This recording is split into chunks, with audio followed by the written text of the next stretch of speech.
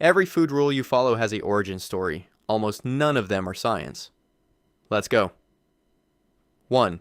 You've been told since childhood that eating fat makes you fat, and you believed it because it sounds logical, because it rhymes almost, and because an entire industry spent decades making sure you never questioned it. Here's what actually happened.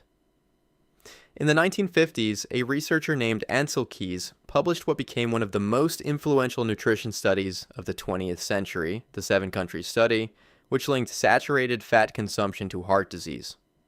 The problem is that Keys started with data from 22 countries and used only 7, the ones that supported his hypothesis. The nations eating high-fat diets with low heart disease rates were quietly left out of the conversation. That study shaped dietary policy for generations. When the war on fat officially began in the 1980s, food manufacturers faced a real problem. Fat makes food taste good, and without it, their products tasted like cardboard. So they replaced the fat with refined sugar and processed starch to restore palatability. You dutifully switch to low-fat yogurt, fat-free cookies, and reduced-fat everything, and unknowingly started consuming the ingredients that actually drive weight gain and metabolic dysfunction. Meanwhile, your body still needed fat. Vitamins A, D, E, and K are fat-soluble, meaning without dietary fat, you can eat vegetables all day and still develop deficiencies because your body cannot absorb those nutrients without fat present. Multiple large cohort studies have since found that full-fat dairy consumers show equal or lower obesity rates compared to low-fat dairy consumers. The exact opposite of what the myth predicts. Your body stores excess calories as fat regardless of whether those calories came from fat, carbohydrates, or protein. The macronutrient was never the mechanism. You spent 30 years blaming the butter while the sugar sat right next to it, completely untouched. 2. Breakfast is the most important meal of the day is not a medical finding.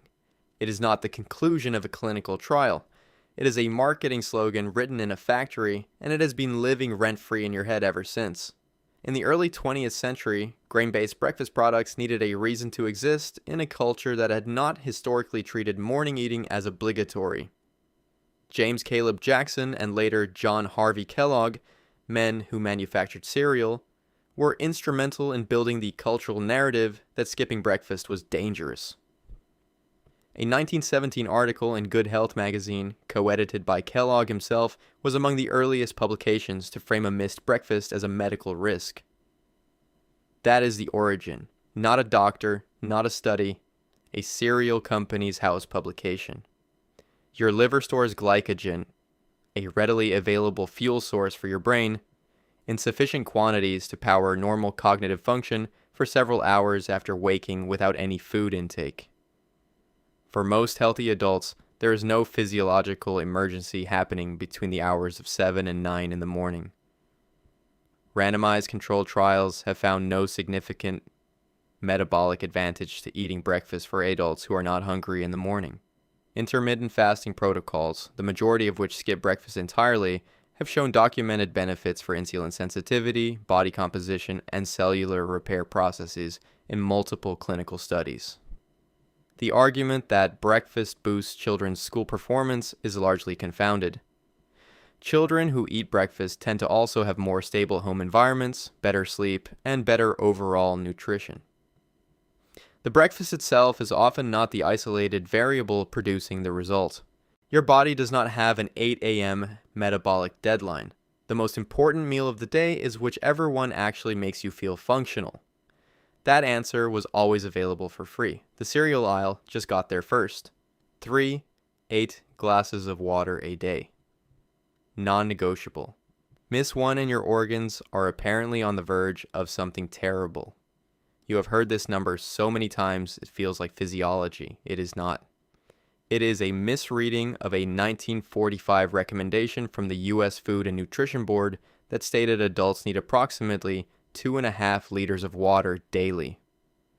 That recommendation had a second sentence. Almost no one read it. That second sentence clarified that the majority of this quantity is contained in prepared foods, in your vegetables, your fruit, your soup, your coffee. The number was never a prescription to drink 8 glasses of plain water. It was a total fluid intake estimate that included everything you consumed. The clarification was dropped, the number survived, and here you are counting glasses. Hydration needs vary enormously based on body size, activity level, climate, diet composition, and individual kidney function. A universal number applied to 8 billion biologically distinct people is not science. It is a placeholder that escaped the laboratory. Cucumbers are 96% water. Watermelon is 92%. Strawberries are 91%. A diet with significant produce can account for 20 to 30% of total daily fluid needs before you have touched a glass. Coffee and tea, long accused of dehydrating you, have been shown in research to contribute positively to net fluid intake. The mild diuretic effect of caffeine does not offset the volume of water consumed in the beverage.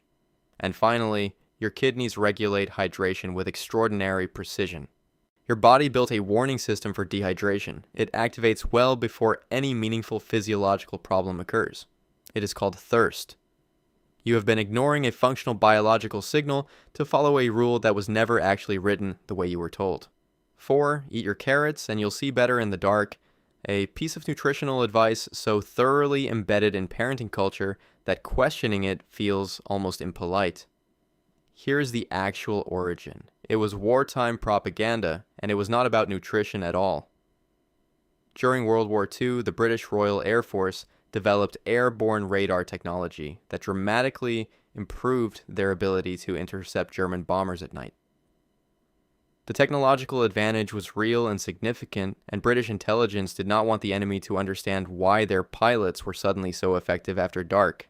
So they constructed a cover story. The RAF's night accuracy was attributed to a diet rich in carrots. The press repeated it, the public believed it. The British Ministry of Food then ran domestic campaigns encouraging civilians to eat more carrots. Partly to reinforce the cover story, partly because wartime sugar rationing had created a significant carrot surplus that needed to be moved through the food system, here's the actual nutrition. Vitamin A, which your body synthesizes from beta-carotene in carrots, is genuinely essential for producing rhodopsin, the photopigment used by rod cells for low-light vision. If you have a vitamin A deficiency, correcting it will improve your night vision. That is a real and documented effect. The problem is that vitamin A deficiency is exceptionally rare in developed nations with varied food access. The overwhelming majority of people eating a normal diet have more than sufficient retinol for full rhodopsin production. Consuming additional beta-carotene beyond what your body already needs produces no additional visual benefit. The excess is stored or excreted. You will not see further or more clearly. You will just have eaten more carrots. Eating enormous quantities of them can turn your skin temporarily orange, a harmless condition called carotenemia, but it still will not help you find anything in a dark room. 5. The kitchen closes at 8. Anything consumed after that hour goes directly somewhere regrettable because your metabolism apparently punches out at sunset and stops caring about what you send it. Your body has absorbed this rule so completely that a late-night snack carries a specific guilt that a mid-afternoon snack of identical content does not. The guilt is the product, the physiology is not. Weight gain occurs when total caloric intake exceeds total caloric expenditure over time. That is the equation. The timing of consumption does not alter it for most people. Your basal metabolic rate, the energy your body burns at rest, continues operating around the clock, including during sleep, because cardiac function, respiration, thermoregulation, and cellular repair all require fuel continuously. The metabolism does not clock out. What research does show is that circadian rhythm can influence insulin sensitivity and metabolic efficiency to some degree. But the effect size is modest and highly individual, not the dramatic cutoff the rule implies. The reason late-night eating correlates with weight gain in population studies is consistently explained by what people eat at night and how much additional total intake it represents. Nobody is stress eating a bowl of braised vegetables at 11 p.m. They are eating high-calorie, low-nutrient food in a mindless context while staring at a screen. The problem is the food and the pattern, not the hour. Post-exercise nutrition, including protein consumed late at night after an evening workout, has been shown to support muscle protein synthesis and recovery. Time-restricted eating protocols show metabolic benefits by reducing total intake opportunity, not because of any magical 8 p.m. threshold. Your metabolism is not Cinderella. Midnight does not transform your snack into a metabolic liability. The problem is the snack itself, and that would be true at 2 in the afternoon. 6. Fresh produce is alive, vibrant, morally superior, and the obvious choice for anyone serious about nutrition. Frozen vegetables are a compromise, the option you reach for when you've given up. This hierarchy is entirely backwards, and the produce industry has done remarkable work making sure you never looked into it. Most commercially frozen vegetables are blanched and flash frozen within hours of harvest at peak ripeness, when nutrient density is at its highest. The fresh produce in your supermarket refrigerator case may have been harvested 5 to 14 days prior to your purchasing it, transported across thousands of miles under refrigeration, displayed on shelves for additional days, and then stored in your home refrigerator for several more before you actually eat it. Nutrient degradation occurs continuously throughout that entire chain. Vitamin C is among the most heat-sensitive and oxidation-sensitive nutrients in produce. Research has shown that fresh green beans stored for 7 days lost 77% of their vitamin C content. Frozen green beans retained significantly more. A University of California Davis study published in the Journal of Agricultural and Food Chemistry found that frozen produce had comparable or superior levels of multiple vitamins compared to fresh produce stored for several days post-purchase. This is not a fringe finding. It is a consistent pattern across multiple studies and multiple nutrients. Frozen produce is also less expensive per serving, has a dramatically longer usable lifespan, and produces substantially less food waste. Advantages the wellness industry has zero financial incentive to communicate to you. The premium fresh produce section exists to sell you a feeling of health consciousness. The freezer aisle exists to sell you vegetables. You have been paying a premium for the privilege of watching nutritionally declining produce slowly deteriorate in your refrigerator drawer while the frozen broccoli in your freezer quietly outperforms it. 7. Reaching for the brown sugar packet instead of the white one feels like a small act of nutritional responsibility. Earthy, natural. The grown-up choice. You're being fooled by a spray tan.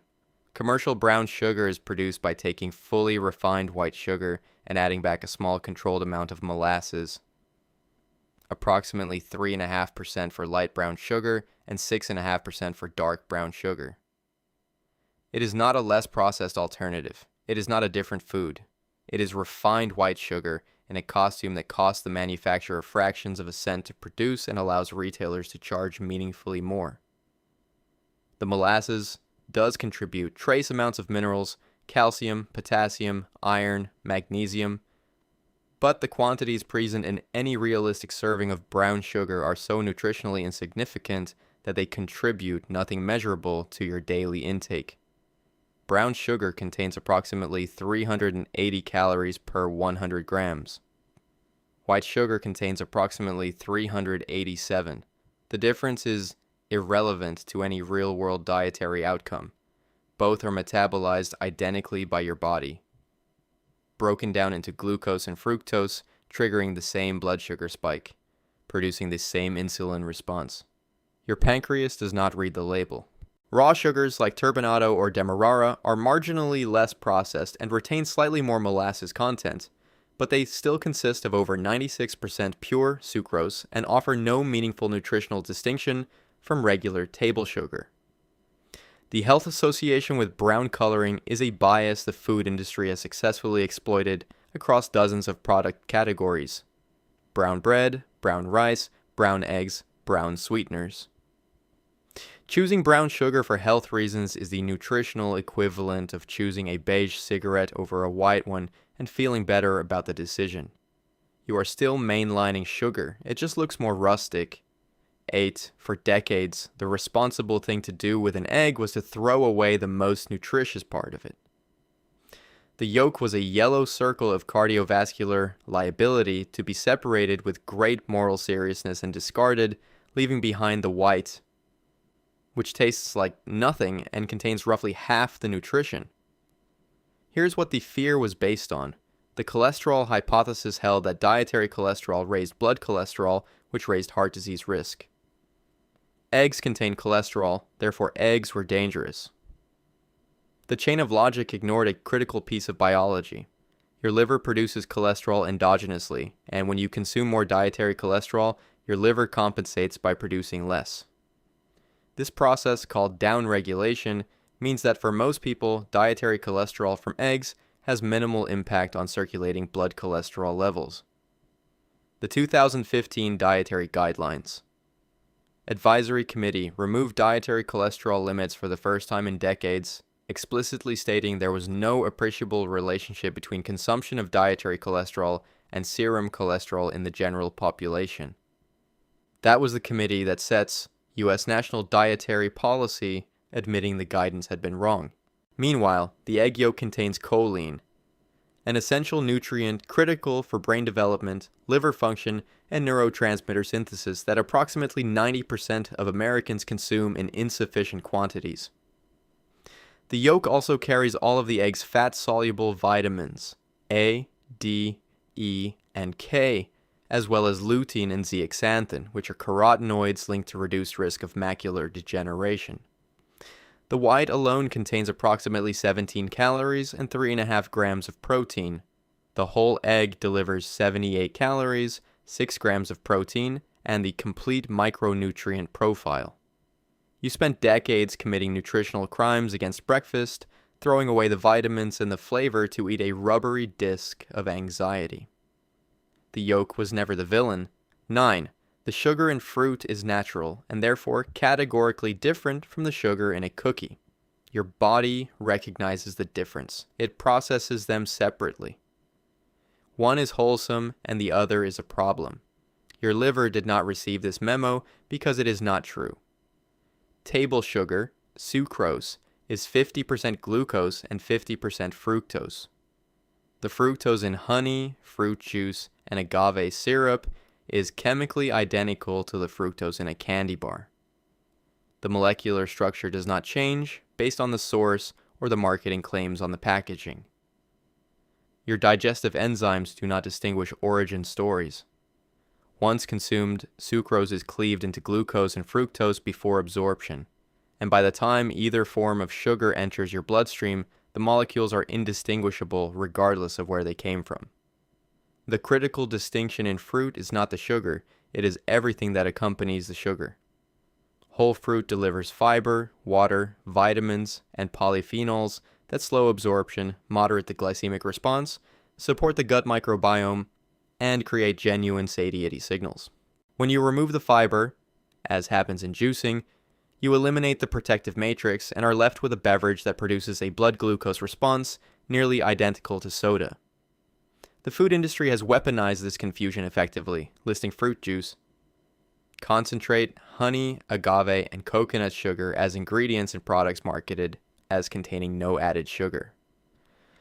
All of those are metabolically equivalent to added sugar. The health claim is technically defensible, the nutritional reality is not. Research on fructose metabolism shows that excess fructose from any source is processed by the liver and can contribute to elevated triglycerides and non-alcoholic fatty liver disease at high intake levels. Your liver doesn't read the health claims on the packaging. The difference between a mango and a candy bar is what comes along for the ride, not which direction the marketing department was facing. 10. Organic produce has more vitamins, more minerals, more biological integrity. The price premium is justified because you are purchasing a nutritionally superior product and investing in your health. Organic certification governs how food is grown, not what it does inside your body, and the science does not support the nutritional superiority claim. The USDA organic certification requires the avoidance of synthetic pesticides, synthetic fertilizers, and genetically modified organisms. It contains no requirements, standards, or criteria related to vitamin or mineral content. The certification is about farming methodology, full stop. A 2012 Stanford meta-analysis examining 237 studies, one of the largest comparative analyses of its kind, found no strong evidence that organic foods were significantly more nutritious than conventional counterparts for most measured nutrients. A 2014 British Journal of Nutrition meta-analysis did find higher concentrations of certain antioxidants in organic crops. But antioxidant levels in produce vary dramatically based on ripeness, variety, growing season, and geography, often more significantly than they vary between organic and conventional farming methods. The one evidence-backed benefit of organic produce is consistently lower pesticide residues. That is a legitimate consideration. However, conventional produce in most developed nations tests well below regulatory safety thresholds in the vast majority of cases. Organic processed foods occupy a particularly absurd category. An organic cookie is still a cookie. The certification changes nothing about its sugar content, refined flour, or caloric density. Organic cane sugar is still sucrose. The health halo disappears the moment you read the ingredient list rather than the front of the package. The price premium for organic products can range from 20 to 100% higher than conventional equivalents. You are buying a farming philosophy, not a nutritional upgrade, and the philosophy is being sold to you at a significant markup, while real nutritional decisions go unaddressed. 11. Your body is accumulating toxins. Years of poor dietary choices and environmental exposure have left you with a system that needs to be periodically flushed and reset. A multi-day juice cleanse will accomplish this. The companies selling you this story want you to believe your insides are a failing filtration system that requires their product to function. The only thing failing here is the premise. Your body runs a continuous, highly sophisticated detoxification operation that requires no external purchase. Phase 1 of hepatic detoxification uses cytochrome P450 enzymes to chemically modify harmful compounds. Phase 2 conjugates those modified compounds to water-soluble molecules for excretion. This runs continuously around the clock without a scheduled cleanse day. Your kidneys filter approximately 200 liters of blood per day, excreting waste through urine. These systems operate regardless of whether you are drinking green juice or eating a sandwich. The word toxin in detox marketing is deliberately undefined. No cleanse product can name the specific compounds it removes, because if it could identify and remove specific harmful compounds from the body, it would be classified as a pharmaceutical drug and require clinical trial evidence before sale. It would also require FDA approval. The product exists in a category specifically because it cannot make that claim with specificity.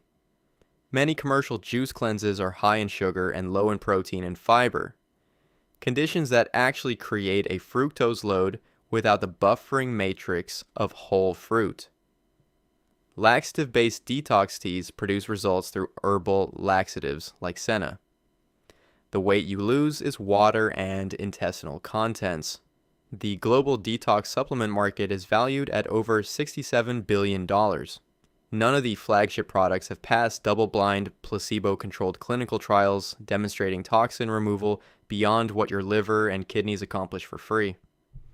You bought a $90 juice cleanse to assist organs that were already doing the job since birth. 12.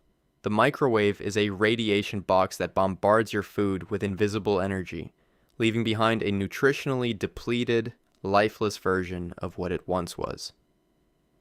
You've been told this, you half believe it, and you occasionally feel vaguely guilty using it on vegetables. The belief is built on a fundamental misunderstanding of physics. Microwave ovens use non-ionizing electromagnetic radiation, the same broad category as radio waves and visible light, to cause water molecules to vibrate and generate heat. Non-ionizing radiation does not have sufficient energy to break chemical bonds or alter molecular structure. It cannot make food radioactive. It does not destroy nutrients through any special mechanism unavailable to other cooking methods. What it does is cook food quickly and usually with little or no added water. Nutrient loss in cooking is driven by two primary factors: duration of heat exposure and water-mediated leaching of water-soluble vitamins. Microwaves score favorably on both counts. Boiling vegetables is one of the worst methods for nutrient preservation. Research shows boiled broccoli can lose up to 50% of its vitamin C and 38% of its folate into the cooking water. Water you then pour down the drain, taking the vitamins with it. Microwaved broccoli retains significantly more of both. A study in the Journal of the Science of Food and Agriculture found that microwaving retained more antioxidant capacity than boiling, pressure cooking, or baking in most tested vegetables. The one legitimate exception is microwaving at excessive power for extended periods, which can generate high local heat. Standard microwave cooking times are short enough that this is rarely a practical concern. The fear of microwave cooking was amplified in the 1970s and 80s by health food movement skepticism of technology. You have been boiling the vitamins out of your vegetables into water you discard, while the appliance that would have preserved them sat on the counter collecting undeserved guilt. 13. Gluten is inflammatory, gut-destroying, and something your body was never designed to process efficiently. Going gluten-free will clear your brain fog, improve your digestion, and reduce systemic inflammation. For the overwhelming majority of people, a gluten-free diet offers no health benefit, and their replacement products frequently deliver a nutritionally inferior outcome. Celiac disease, the autoimmune condition in which gluten triggers genuine intestinal damage, affects approximately 1% of the global population. Non-celiac gluten sensitivity affects an estimated additional 0.5% to 6%, though the diagnosis remains contested and the mechanism is still actively debated in the scientific literature. For the remaining 93 or more percent of people, gluten is simply a protein complex found in wheat, barley, and rye that is digested without immunological consequence. It is not a systemic toxin for people without pathology. Processed gluten-free products replace wheat flour with refined starches from rice, tapioca, corn, or potato. These substitutes have a higher glycemic index, less fiber, and fewer micronutrients than whole wheat flour. You removed one ingredient and replaced it with something measurably worse on most nutritional metrics. A Harvard study tracking over 100,000 people found that individuals without celiac disease who adopted gluten-free diets had no reduction in cardiovascular disease risk and may have experienced elevated risk due to reduced whole grain intake. The global gluten-free food market exceeded $7 billion in 2023. The majority of its growth is driven by wellness trend adoption, not medical necessity. Many people report feeling better after eliminating gluten, but they simultaneously eliminated processed breads, pastas, cookies, and snack foods. The improvement came from removing processed food broadly, not from removing a specific protein. You removed a harmless compound, replaced it with refined starch, paid double for the privilege, and called it a health upgrade. 14. Vitamin C prevents colds. The moment your throat starts to feel wrong, you reach for the supplement because everyone knows it stops the illness before it takes hold. This belief was built substantially on the authority of one Nobel Prize winner whose specific hypothesis did not survive clinical scrutiny. Linus Pauling was a genuinely brilliant chemist, a two-time Nobel laureate, who published a book in 1970 called Vitamin C and the Common Cold, advocating for high-dose supplementation as a preventative. His conclusions generated enormous public enthusiasm and launched an industry. His methodology was heavily criticized by contemporaries, and his conclusions were not replicated in controlled trials. A 2013 Cochrane review, one of the most rigorous analytical bodies in medicine, examined 29 randomized controlled trials involving 11,306 participants.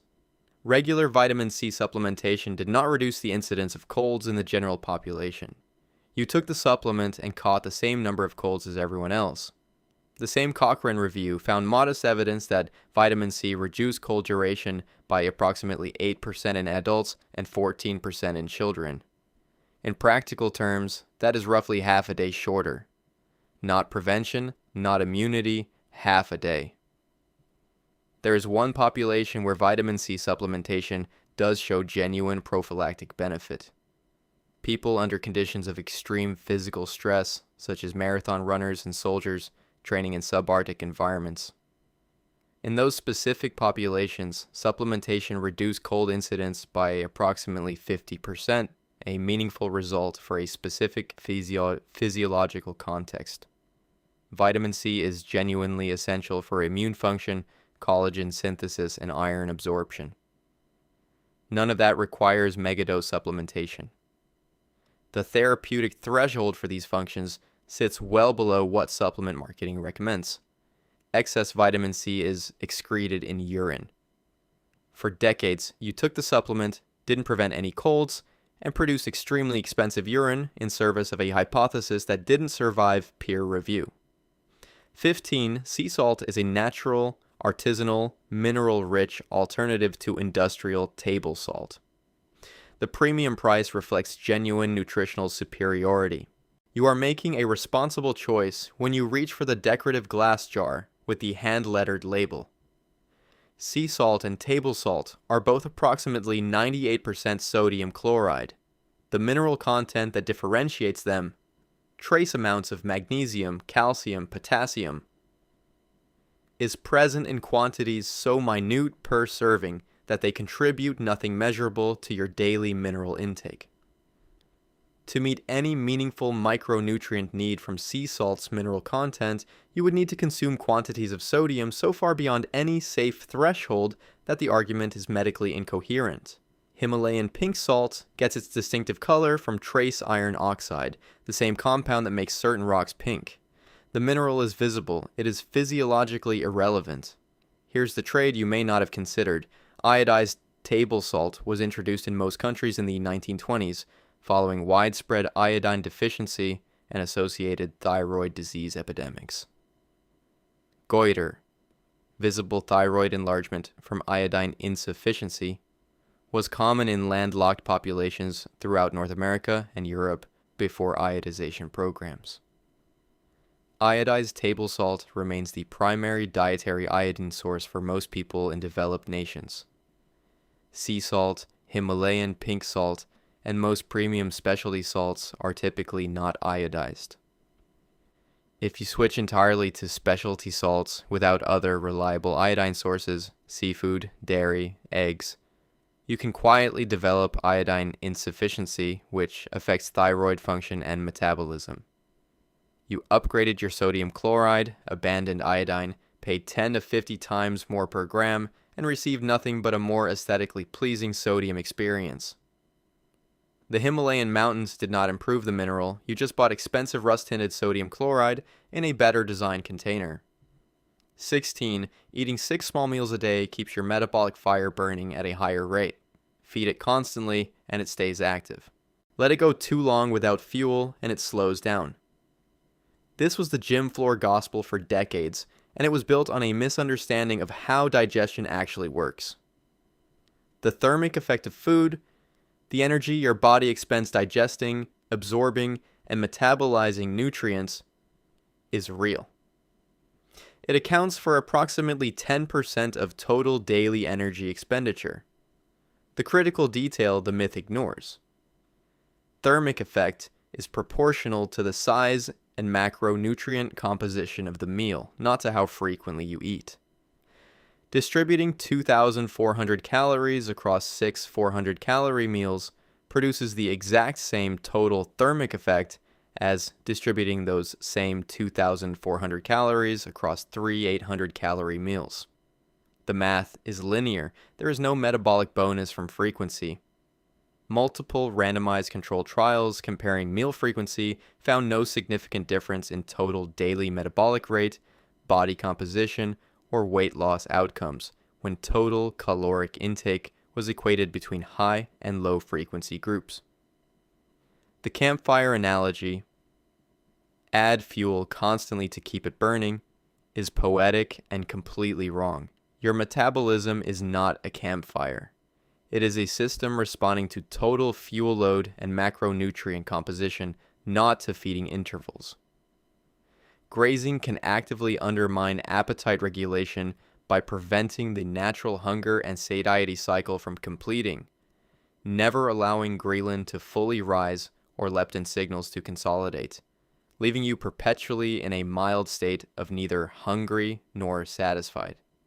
The frequent meal philosophy was enthusiastically promoted by the supplement industry, which benefits directly from consumers believing they need pre-workout snacks, post-workout shakes, mid-morning protein bars, and afternoon meal replacements. You turned your life into a full-time food management project and added nothing to your metabolism in return. Eat when you are hungry. That is the entire system. 17. You worked out, therefore you need electrolytes. The neon bottle on the shelf exists to replenish what you lost and keep your performance where it needs to be. Water is apparently for people not serious about their fitness. Sports drinks were developed in 1965 at the University of Florida specifically for the Gators football team. Players training for multiple hours in extreme heat and humidity, experiencing significant glycogen depletion and substantial electrolyte loss through prolonged intense effort. The product was engineered for a specific physiological edge case involving elite athletes in demanding conditions.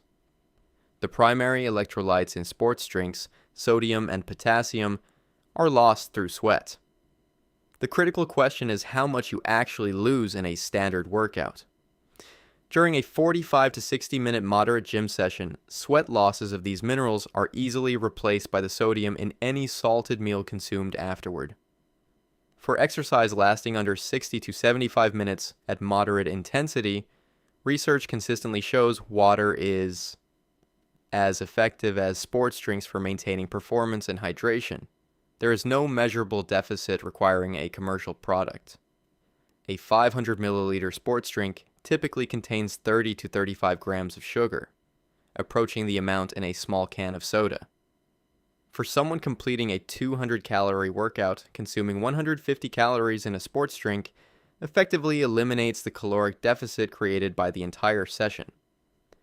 The global sports drink market is projected to exceed $40 billion by 2027, driven by aspirational marketing that positions these products as performance equipment rather than caloric beverages with a flavor advantage. Electrolyte replacement becomes genuinely relevant during endurance events lasting 90 minutes or more, intense exercise in high heat, or back-to-back training days with inadequate dietary recovery. That describes a very small fraction of total sports drink consumers. The Gators needed that drink. You needed water and a normal dinner. 18. MSG is a dangerous chemical additive that causes headaches, neurological damage, and a collection of symptoms so alarming they were given their own clinical-sounding name: Chinese restaurant syndrome. And for decades, you avoided it with the conviction of someone who had read the science. You had not read the science. Nobody who spread the story had read the science either. MSG is monosodium glutamate, the sodium salt of glutamic acid, an amino acid that occurs naturally in tomatoes, Parmesan cheese, mushrooms, anchovies, soy sauce, and human breast milk. Your body cannot chemically distinguish between MSG from a packet and glutamate from a wheel of aged cheese because they are the same compound. Chinese restaurant syndrome was introduced to the world in a 1968 letter to the New England Journal of Medicine written by Dr. Robert Ho Man Kwok, describing symptoms he attributed to Chinese food. It was anecdotal. It was not a controlled study. It was a letter. That letter became global health mythology. Double-blind, placebo-controlled trials have repeatedly failed to reliably reproduce symptoms in self-identified MSG-sensitive individuals when they cannot identify which food contains MSG. The nocebo effect, feeling sick because you expect to, explains the majority of reported symptomatology in these studies. The FDA classifies MSG as generally recognized as safe. The World Health Organization, European Union Food Safety Authorities, and the Australian Food Standards Body have reached identical conclusions after independent review. MSG contains approximately 12% sodium by weight compared to table salt at 39%. Replacing salt with MSG in cooking can reduce total sodium content while maintaining flavor intensity. A genuine advantage for people managing blood pressure. The stigma attached almost exclusively to Chinese cuisine, while identical glutamates in Italian, French, and American processed foods, when unquestioned for 60 years, tells you considerably more about cultural bias than it does about chemistry. You avoided one cuisine's seasoning while eating the same compound in everything else. 19. Fruit juice is healthy. It comes from fruit, it is natural, it starts the morning right, and it practically counts as a serving of produce. The glass of orange juice sitting next to your breakfast is not a health food. It is fruit with its most important feature surgically removed, leaving behind concentrated sugar water that behaves in your bloodstream like a soft drink. A medium orange contains approximately 62 calories, 3 grams of fiber, and 12 grams of sugar. An 8-ounce glass of orange juice contains approximately 112 calories, half a gram of fiber, and 21 grams of sugar. You took a piece of fruit, removed the fiber that makes it nutritionally functional, concentrated the sugar content, and then labeled the result a health ritual. Fiber in whole fruit physically slows digestion, moderates the glycemic response, feeds beneficial gut bacteria, and generates satiety signals that tell you to stop eating. Without fiber, the sugars in juice are absorbed rapidly, producing a blood glucose and insulin spike that is comparable to soda in glycemic impact. A Harvard School of Public Health study found that consuming 1 or more servings of fruit juice per day was associated with significantly higher risk of type 2 diabetes, while consuming whole fruit was associated with reduced risk. The opposite outcomes from the same source material, separated by a juicer. Products labeled not from concentrate and 100% fruit juice carry marketing credibility, but not nutritional distinction. Many commercial juices sit in massive oxygen-depleted storage tanks for up to a year before packaging, a process that strips natural flavor compounds, which are then added back through proprietary flavor formulations. The image of orange juice as a daily health essential was constructed by the Florida citrus industry's advertising campaigns of the mid-20th century. You inherited a marketing campaign as a morning habit and called it nutrition. 20. A glass of red wine a day is practically a prescription. The French eat as they like and live long, and the wine is the explanation. Science apparently confirmed this. Resveratrol, antioxidants, cardiovascular protection. The evidence was there, the experts agreed, and your evening glass carried a faint air of medical justification for years. The resveratrol hypothesis never successfully translated from laboratory conditions to human outcomes. The research that generated excitement used resveratrol concentrations dramatically higher than any achievable through wine consumption. To reach therapeutically relevant blood levels of resveratrol from drinking wine, you would need to consume hundreds of glasses per day. At that point, the cardiovascular discussion has moved to a different department.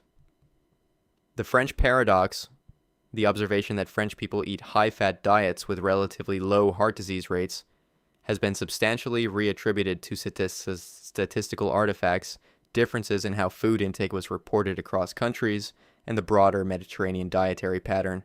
Not specifically to wine, large-scale Mendelian randomization studies, which use genetic variants affecting alcohol metabolism to test causality rather than correlation, have found no cardiovascular protective effect from moderate alcohol consumption once confounding lifestyle factors are properly controlled. The J-shaped curve showing health benefits at moderate drinking levels has been challenged as a methodological artifact. Abstainers in many studies include former heavy drinkers and people who stopped drinking due to existing illness, making non-drinkers appear less healthy than they actually are. Alcohol is classified as a Group 1 carcinogen by the International Agency for Research on Cancer, causally linked to cancers of the mouth, throat, esophagus, liver, colon, and breast, with no established safe threshold. Enjoy the wine. Have it because you enjoy it, but stop presenting it to yourself as a pharmaceutical intervention with a cork. The French paradox was always more complicated than a glass of Bordeaux. 21.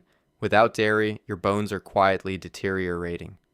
3 glasses of milk a day, every day, from childhood onward, or your skeleton will eventually betray you. The dairy industry built this story so effectively that many adults cannot name a single alternative calcium source without pausing to think. Dairy is a source of calcium. It is not the only source. It is not even the most comprehensively studied source for fracture prevention. And the science behind the milk equals bone health equation is considerably messier than the advertising suggests. The dairy bone health narrative was substantially constructed through industry lobbying and heavy influence on USDA dietary guidelines, a regulatory system that simultaneously promotes agricultural commodities and provides nutritional advice to the public. The conflict of interest is structural. Several populations consuming very little dairy, including rural Chinese, Japanese, and many African communities, have historically shown lower rates of osteoporotic fracture than the high dairy consuming Western populations. This finding, sometimes called the calcium paradox, is not a minor footnote. It is a direct challenge to the foundational premise. Bone health requires a coordinated network of nutrients: calcium, vitamin D to govern calcium absorption, vitamin K2 to direct calcium into bone rather than arteries, magnesium, and phosphorus. Dairy supplies some of these, but not all. Excellent non-dairy calcium sources include sardines with bones at 351 milligrams per 3 ounces, cooked collard greens at 268 milligrams per cup, white beans, almonds, fortified plant milks, and calcium sulfate processed tofu. A 2014 British Medical Journal study tracking 61,000 women and 45,000 men found that high milk consumption was not associated with reduced fracture risk and was associated with higher mortality in women. Weight-bearing exercise has more consistent bone density evidence behind it than dairy consumption does. Your bones need calcium, vitamin D, vitamin K2, and mechanical loading. Not necessarily anything that came from a cow. 22. You do not eat perfectly, so the multivitamin handles the gaps. It is nutritional insurance, a reasonable daily safeguard against the imperfections of modern eating, and it costs almost nothing relative to the peace of mind it provides. The U.S. Preventive Services Task Force, the body that establishes preventive health recommendations for the American medical system, found insufficient evidence to recommend multivitamin supplementation for the prevention of cardiovascular disease or cancer in healthy adults. That is the committee specifically designed to identify which preventive interventions work, and their conclusion on multivitamins was that the evidence base is not there. A 2019 Annals of Internal Medicine analysis covering studies involving 277,000 participants found that most nutrient supplements showed no effect on all-cause mortality, heart disease, or cancer outcomes. Fat-soluble vitamins A, D, E, and K are stored in body tissue rather than excreted and can accumulate to toxic levels with chronic supplementation. Excess vitamin A has been linked to liver damage and reduced bone density. Beta-carotene supplementation increased lung cancer risk in 2 major clinical trials involving smokers. The bioavailability of vitamins and minerals in whole foods is typically superior to isolated supplement forms. Nutrients in food exist alongside cofactors, fiber, and other compounds that enhance absorption and utilization in ways that synthetic supplements do not replicate. Targeted supplementation for documented deficiencies is a different and genuinely evidence-based practice. Vitamin D for people in northern latitudes, vitamin B12 for vegans and older adults, folate during pregnancy, iron for documented deficiency. These are clinically supported uses. The shotgun multivitamin approach is not in the same category. The global dietary supplement industry exceeded $177 billion in 2023. Marketing consistently outpaces the evidence by a significant margin. You swallow a pill every morning and call your diet covered. What you are mostly producing is colorful and expensive urine. 23. Goji berries, acai, spirulina, wheatgrass, moringa. These are not merely foods, they are functional pharmaceuticals with disease-fighting properties that ordinary produce cannot match. The price premium reflects genuine biological superiority. The word superfood does not exist in any regulatory framework, any scientific classification system, or any peer-reviewed nutritional taxonomy. It is a marketing term. The European Union banned the use of the word superfood on product packaging in 2007 unless accompanied by a specific authorized nutritional claim recognizing it for what it is, a commercial label with no scientific definition. The antioxidant capacity claims behind most superfood marketing rely on ORAC scores, which measure oxygen radical absorbance capacity in laboratory conditions. ORAC values do not translate linearly to antioxidant activity in human blood. High-scoring foods in a test tube do not necessarily produce measurably higher antioxidant levels in your body, and the FDA actually withdrew its ORAC database in 2012 specifically because the values were being misleadingly used in food marketing. A standard blueberry, inexpensive, widely available, entirely unexotic, has comparable or superior antioxidant profiles to most foods marketed at 10 times the price. Kale outperforms many expensive imported greens on multiple nutrient measures. The superfood category is heavily shaped by what can be harvested in remote locations where scarcity commands premium pricing. Rarity drives perceived health value more reliably than nutritional composition does. Clinical trials on isolated superfood compounds have repeatedly failed to replicate the benefits seen in epidemiological studies of populations eating high-produce diets generally. The benefit appears to come from dietary patterns, not from any specific miracle ingredient. The U.S. superfood supplement market has been cited repeatedly by the FDA for unsubstantiated disease prevention claims involving cancer, heart disease, and diabetes. Superfood is a word invented to charge $40 for powder that performs exactly like the vegetables you already own. 24. The calorie count on the label says 230. You log it, you track it, you trust it as a precise and reliable measurement. The number is a legal approximation based on a 19th century method, and your body does not absorb food the way a combustion chamber burns it. The Atwater system, still the basis for virtually all calorie calculations on food labels, was developed in the 1890s by Wilbur Atwater, who burned food in a device called a bomb calorimeter to measure the heat, released and extrapolated general values of 4 calories per gram for protein, 4 for carbohydrates, and 9 for fat. Your digestive system is not a combustion chamber. The FDA allows a 20% margin of error on nutritional label values. A food labeled at 250 calories could legally contain anywhere between 200 and 300 calories. That variation, compounded across a full day of meals, can amount to several hundred uncounted calories before you have made a single tracking error. The digestible energy from food varies significantly based on physical and chemical structure. Almonds are absorbed at approximately 68 to 75% efficiency due to their cell wall structure, meaning the 170 calories listed per serving overestimates actual absorbed energy by roughly 20 to 25%. Cooking method alters caloric availability. Cooked starches and proteins are more digestible than their raw equivalents, yielding more usable energy. Yet raw and cooked versions of the same food frequently share an identical label value. Individual gut microbiome composition affects caloric extraction, meaning different people extract meaningfully different amounts of energy from identical foods. A 2013 Tufts University study found that restaurant meals averaged 18% more calories than labeled, with some individual items exceeding their stated values by over 100%.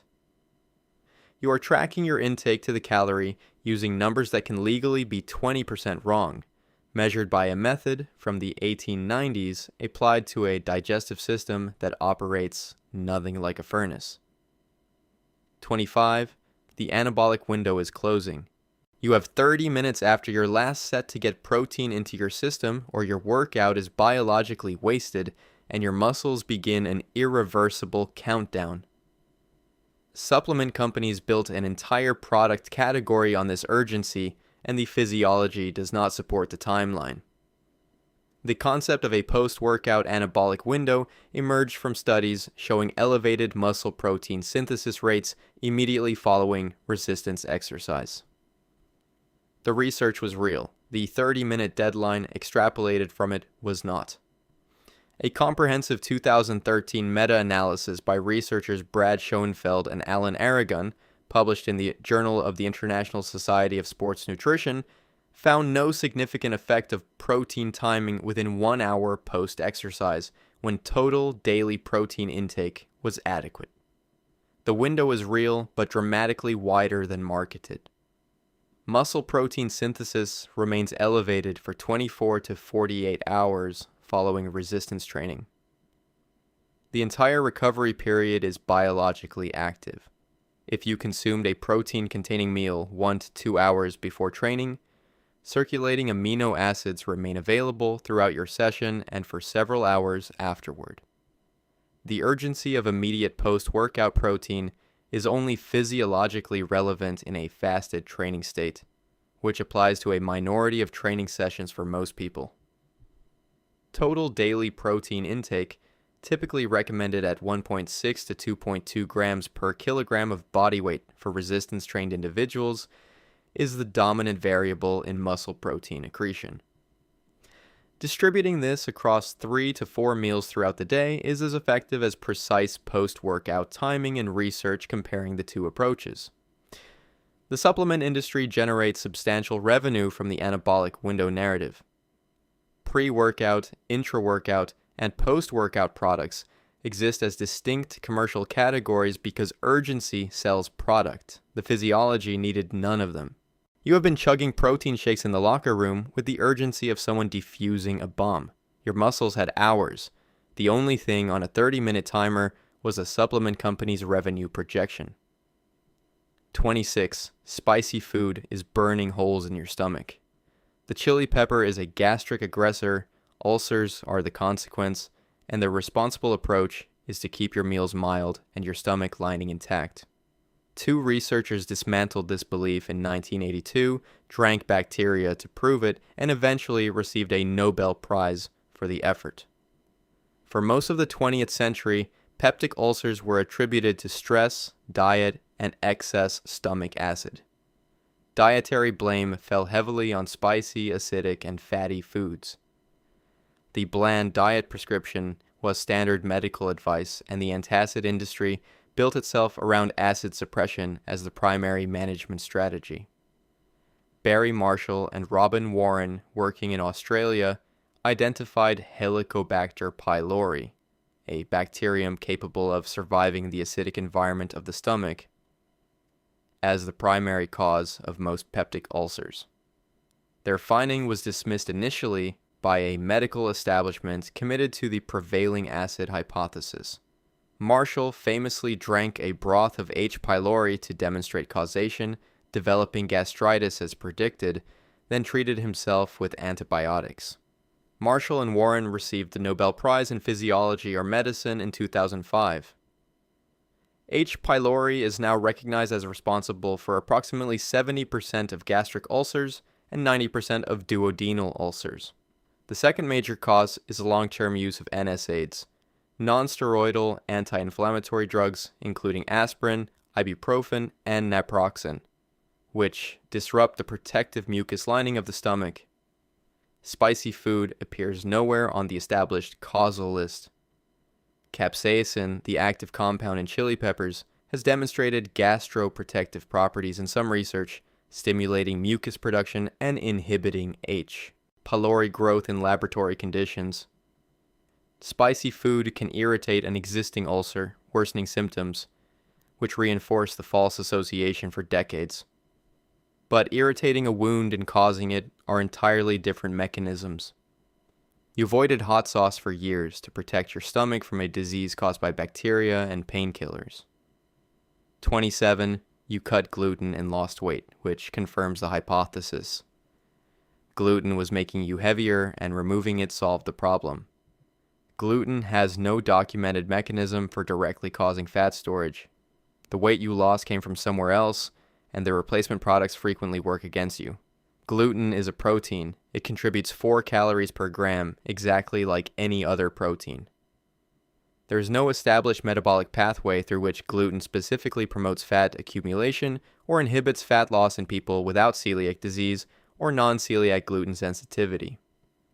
In controlled studies where total caloric intake is equated between groups, gluten-free diets produce no greater weight loss than equivalent calorie diets containing gluten in healthy individuals. The mechanism is absent because the mechanism was never there. What commonly happens when people go gluten-free is simultaneous elimination of bread, pasta, cookies, cake, beer, crackers, and a wide range of processed snack foods. A meaningful reduction in ultra-processed food intake that would produce weight loss regardless of gluten content. The gluten is not doing the work. The reduction in processed food is doing the work.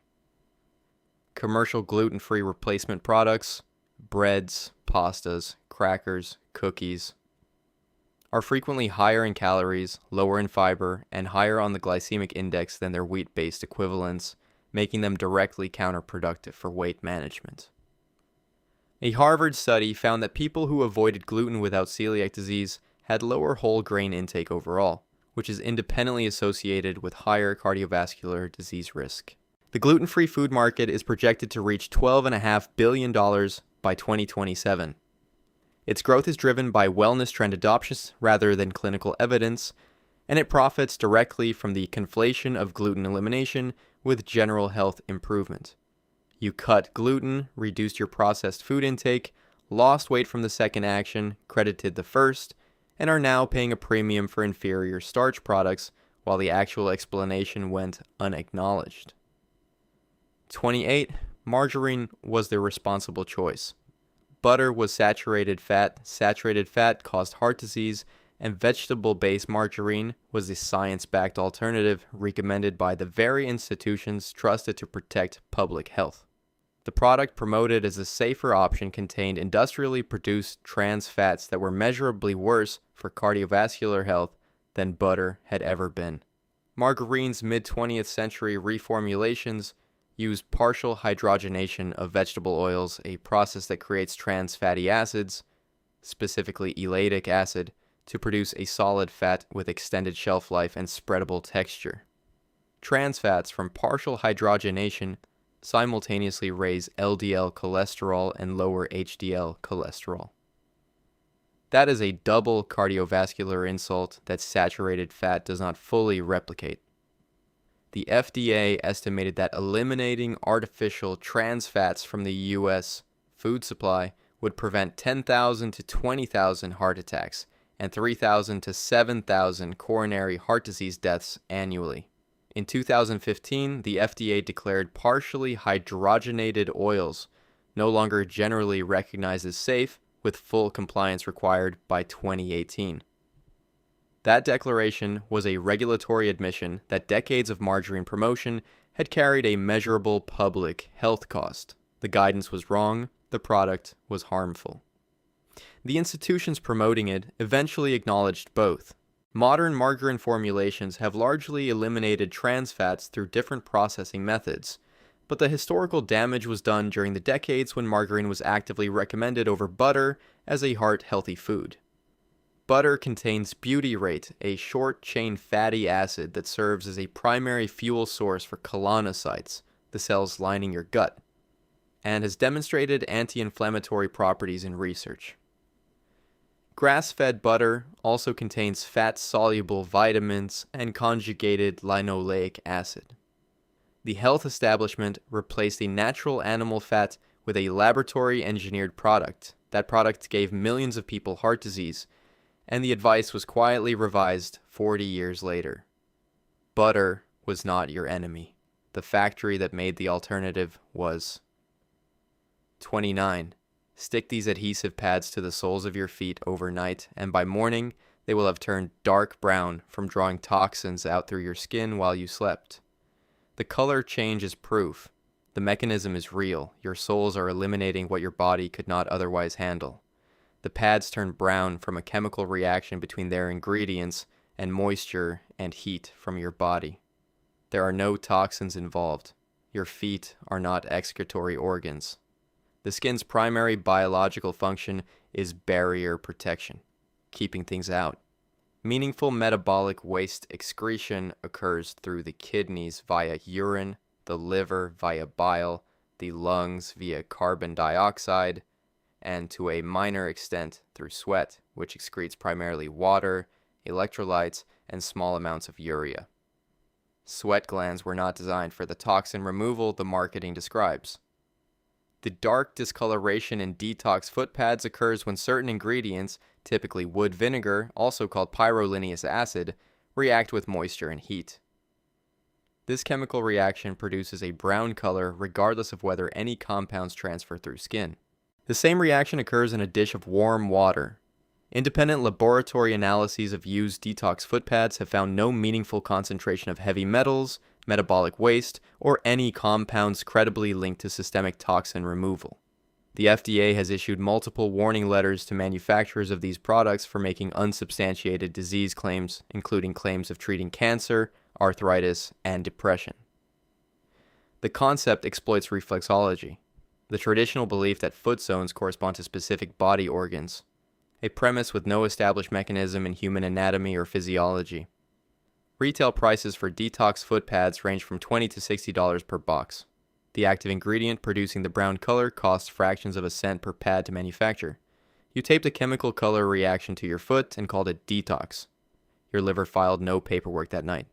30. Cooking destroys the enzymes in food, eliminates vital nutrients, and represents a departure from the natural state your body was designed to process. Raw is more alive, more pure, and nutritionally superior by definition. Cooking is one of the most significant nutritional technologies in human evolutionary history, and the argument against it ignores both the physiology and the anthropology. Evolutionary anthropologist Richard Wrangham of Harvard proposes that cooking enabled a critical phase of human brain development. By making calories more calorically accessible from the same food volume, it freed metabolic energy for brain tissue maintenance and allowed gut size to reduce relative to other primates. Raw foodism literally reverses an evolutionary adaptation. Lycopene, an antioxidant associated with reduced prostate cancer and cardiovascular risk in epidemiological research, is significantly more bioavailable from cooked tomatoes than raw ones. Cooking breaks down cell walls and converts lycopene to a more absorbable isomeric form. Tomato paste has approximately 2.5 times the bioavailable lycopene of raw tomato. Carrots, spinach, mushrooms, asparagus, and cabbage all show measurably higher antioxidant activity and mineral bioavailability after cooking, as heat disrupts cellular structures and liberates bound compounds. The enzyme argument is biologically moot. Digestive enzymes produced by your pancreas and small intestine handle digestion. Enzymes from raw foods are themselves digested as proteins upon consumption. They do not function as systemic digestive aids after ingestion because they do not survive the stomach intact. Cooking does reduce heat-sensitive vitamins, vitamin C, and certain B vitamins in particular when food is cooked aggressively or in large volumes of water. These losses are specific and must be weighed against the gains in bioavailability of other compounds. Kidney beans contain a toxic lectin neutralized by boiling. Raw eggs contain avidin, which blocks biotin absorption. Cooking is a safety technology as much as a flavor preference. The philosophy asking you to reject it used the brain cooking helped build. 31. High fructose corn syrup is the uniquely toxic industrial sweetener responsible for the obesity epidemic. It is categorically worse than regular sugar, a specific chemical villain that natural sweeteners do not replicate. Remove it from your diet and you have made a meaningful distinction. Table sugar, sucrose, is a disaccharide of exactly 50% glucose and 50% fructose. high fructose corn syrup in its most common form, HFCH55, used in soft drinks, is approximately 55% fructose and 45% glucose. HFCC42, used in many other products, is 42% fructose.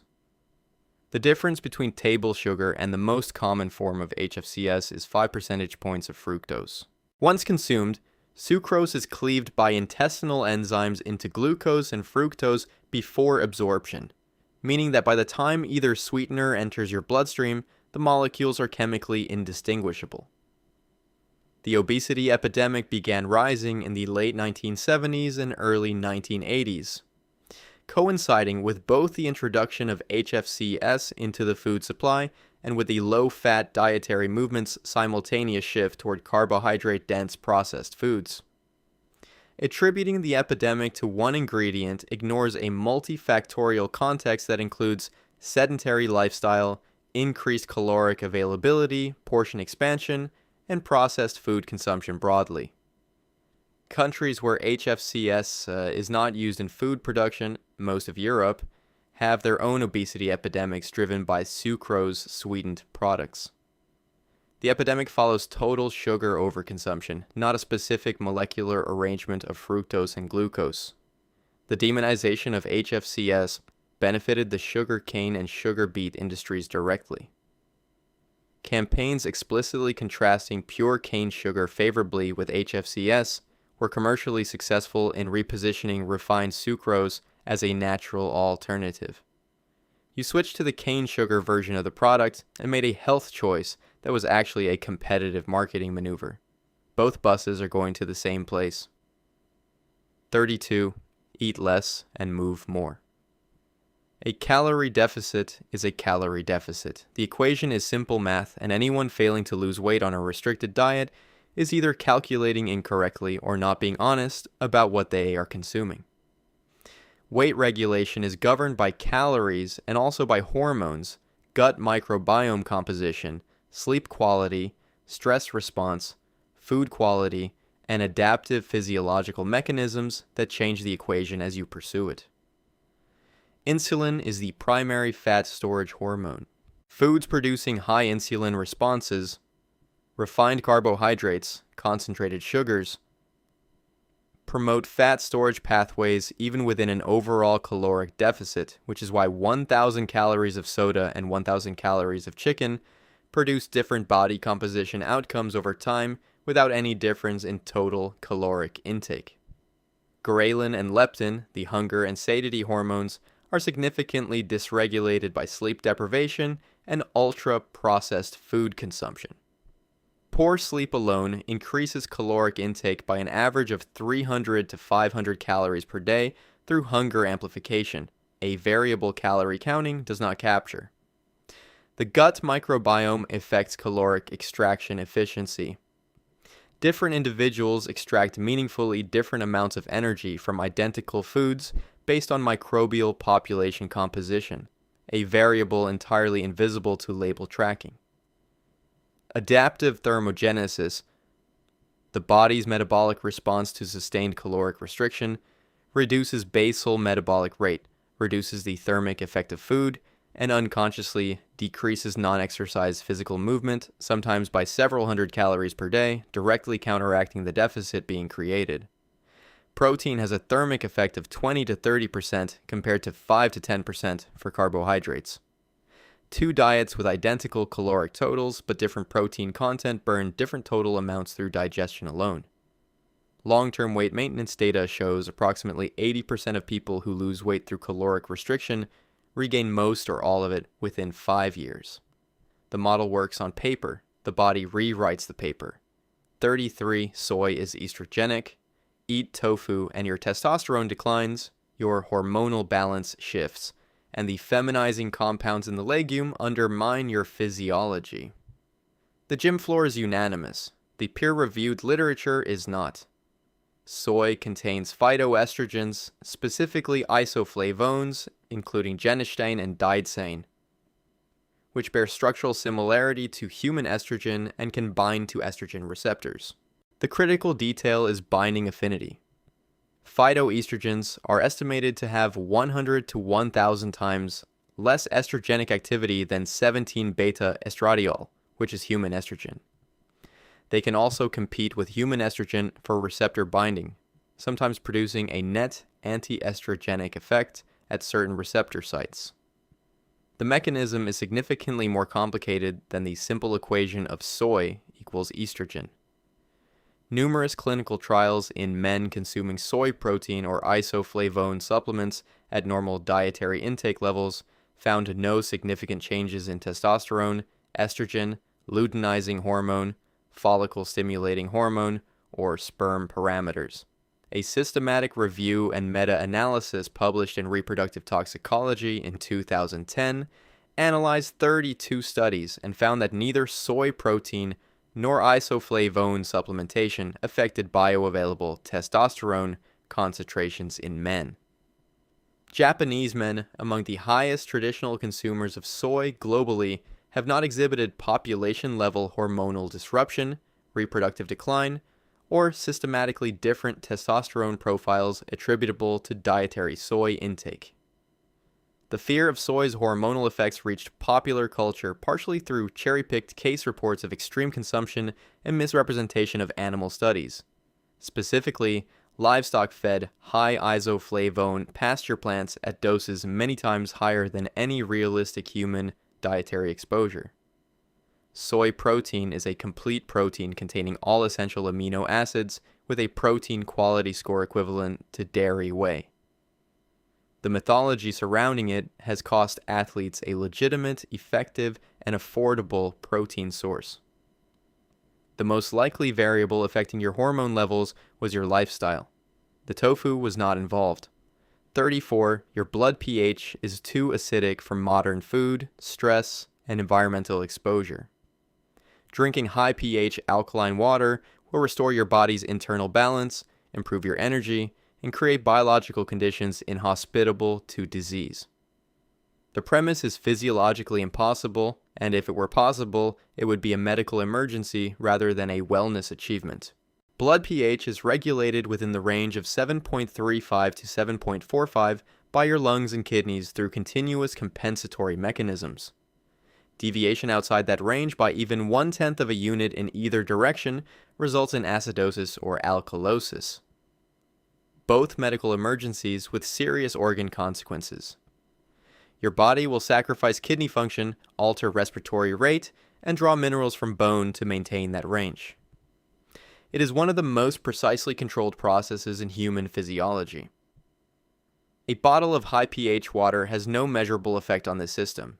The stomach produces hydrochloric acid at a pH of approximately 1.5 to 3.5. Any alkaline water consumed is neutralized within seconds of contact with gastric acid, well before it enters systemic circulation. The body then manages whatever baseload was introduced through normal renal buffering. When alkaline water proponents observe that their urine becomes more alkaline after consumption, they are correct. And that is evidence the kidneys are doing their job by excreting the excess baseload, not evidence the water is altering blood chemistry. No peer-reviewed clinical trial has demonstrated that alkaline water consumption produces measurable health improvements in healthy individuals through its proposed pH mechanism. Some studies suggest modest potential benefits for specific conditions like acid reflux, not through systemic pH alteration, but through local buffering effects. The global alkaline water market is projected to exceed $20 billion by 2030. You paid $5 for water that your stomach neutralized before you finished the bottle, and your kidneys handled the paperwork. 35. Red meat causes cancer. The WHO said so. Every burger is a calculated oncological risk. Steak is essentially tobacco for your colon, and the irresponsible person now treats a piece of beef with the gravity of a lit cigarette. The classification requires context the headlines systematically fail to provide. In 2015, the WHO's International Agency for Research on Cancer classified processed meat as a Group 1 carcinogen and unprocessed red meat as Group 2A, meaning probably carcinogenic. Group 1 means sufficient evidence of causation. It does not indicate magnitude of risk. IARC itself placed tobacco, alcohol, plutonium, and processed deli meats in Group 1, not because they carry identical risk levels, but because the evidence of causation meets the same threshold of strength. The actual numbers: consuming 50 grams of processed meat daily increases colorectal cancer risk by approximately 18%. Colorectal cancer affects approximately 5% of people in developed nations over a lifetime. An 18% relative increase raises absolute lifetime risk by less than 1 percentage point. That is a real risk worth knowing. It is not the same story as cigarettes. Cooking method matters significantly. High heat cooking, grilling, charring, frying, produces heterocyclic amines and polycyclic aromatic hydrocarbons, the compounds with the strongest mutagenic evidence in the research. Stewing, poaching, and slow cooking produce dramatically fewer of these compounds from the same cuts of meat. The risk is not uniform across preparation methods. Processed red meat and unprocessed red meat have been conflated in public messaging despite the evidence against them being considerably different in strength. Heme iron in red meat can catalyze the formation of harmful compounds in the colon, but high fiber intake appears to mitigate this effect, which is why overall dietary context matters. The WHO put your steak in the same evidence category as tobacco, not the same risk level. Context was the casualty of every headline that followed. 36, salt raises blood pressure, salt causes heart disease, and salt restrictions should apply universally to every person eating food. Remove the shaker from the table, choose low sodium options at every opportunity, and protect your cardiovascular system through blanket reduction. Salt sensitivity is highly individual. Universal sodium restriction is not supported by the evidence across all populations, and very low sodium intake carries its own documented physiological risks that the public messaging has consistently omitted. Approximately 25 to 50% of people are classified as salt sensitive, meaning their blood pressure responds meaningfully to sodium intake changes. The remaining population can consume substantially more sodium with minimal blood pressure impact due to efficient renal sodium regulation. Their kidneys manage the load without cardiovascular consequence.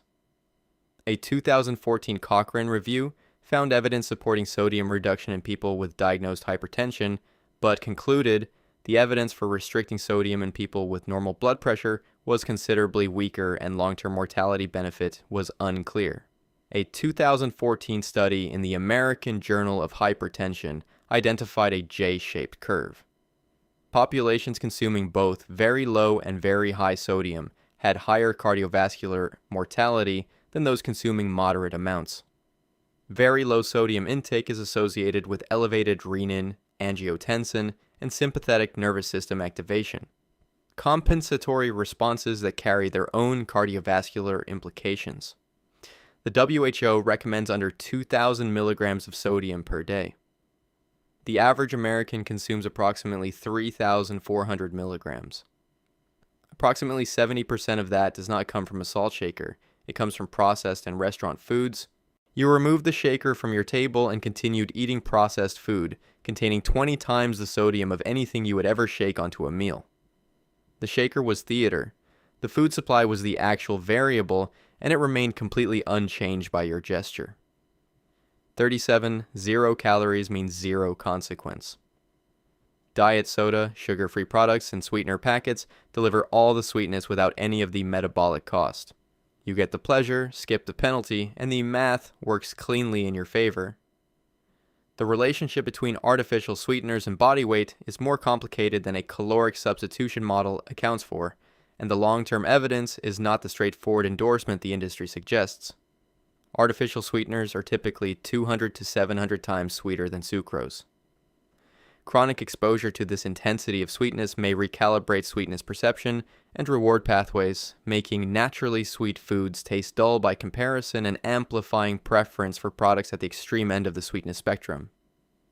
The cephalic phase insulin response, a pre-absorptive insulin release triggered by sweet taste in the mouth, occurs with some artificial sweeteners, creating an insulin signal without corresponding glucose delivery. The long-term metabolic implications of this decoupling are studied but not resolved in the literature. Several large observational studies, including data from the San Antonio Heart Study and the Framingham Heart Study, found that regular diet soda consumption was associated with higher rather than lower rates of obesity and metabolic syndrome compared to regular soda consumption. Causality is debated and confounding is difficult to fully eliminate, but the finding directly undermines the simple caloric substitution model.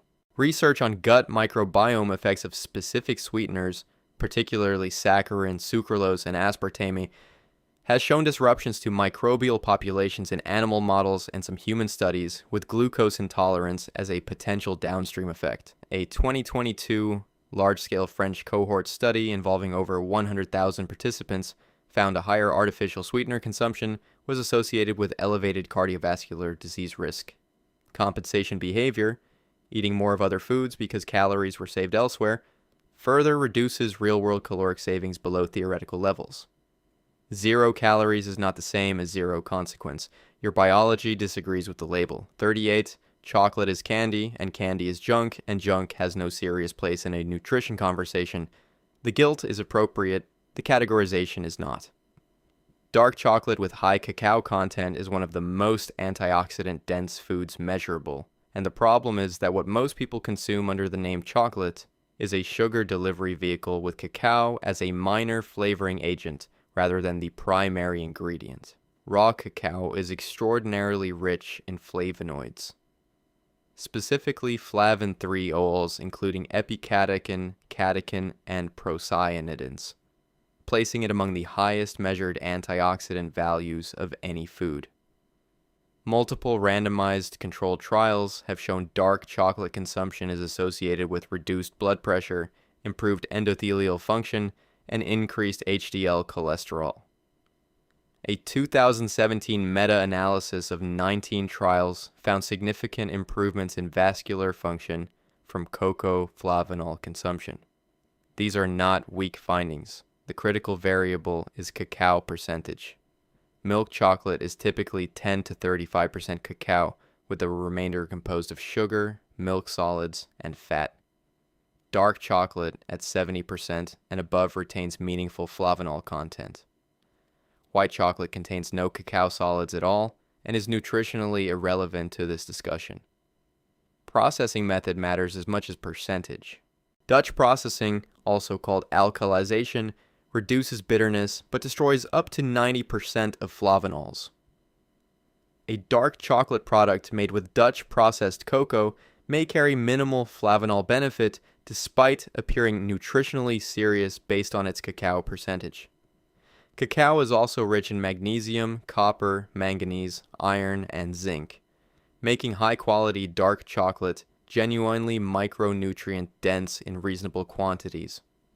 The psychological satisfaction dimension, reduced binging compared to restriction, measurable mood effects, is a legitimate nutritional consideration that purely caloric analysis ignores entirely.